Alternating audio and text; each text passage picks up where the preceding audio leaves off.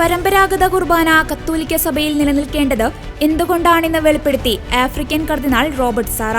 വിശുദ്ധ കുർബാന ക്രിസ്തുവുമായുള്ള കൂടിക്കാഴ്ചയും സഭയുടെ ദൗത്യത്തിന്റെ ഉറവിടവുമാണെന്ന് വത്തിക്കാനിലെ ദിവ്യകാരുണ്യ ആരാധനയ്ക്കും കൂദാശകളുടെ അച്ചടക്കത്തിനും വേണ്ടിയുള്ള ഡിക്കാസ്റ്ററിയുടെ പ്രീഫെക്ട് എമിരറ്റസ് കർദിനാൾ റോബർട്ട് സാറ പറഞ്ഞു. ദൈവത്തിന്റെ മഹത്വത്തിനും ജനങ്ങളുടെ വിശുദ്ധീകരണത്തിനും വേണ്ടിയുള്ള വിശുദ്ധ കുർബാന ക്രിസ്തുവുമായുള്ള വിശ്വാസം വളർത്തുന്നതിനെ അടിസ്ഥാനമാണെന്ന് അദ്ദേഹം വ്യക്തമാക്കി.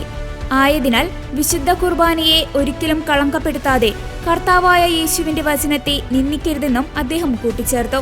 കൂടാതെ വിശുദ്ധ കുർബാന ഒരു സാമൂഹിക ഒത്തുചേരലല്ലെന്ന് വ്യക്തമാക്കുകയും ചെയ്തു.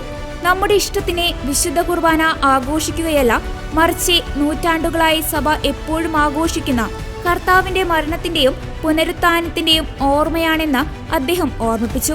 നസ്രത്തിലെ കർത്താവായ ക്രിസ്തു മാത്രമാണ് മനുഷ്യന്റെ ഏകരക്ഷകനെന്നും മറ്റാരിലും രക്ഷയില്ലെന്നുമാണ് സഭയുടെ മുഴുവൻ പാരമ്പര്യവും നമ്മെ പഠിപ്പിക്കുന്നത്.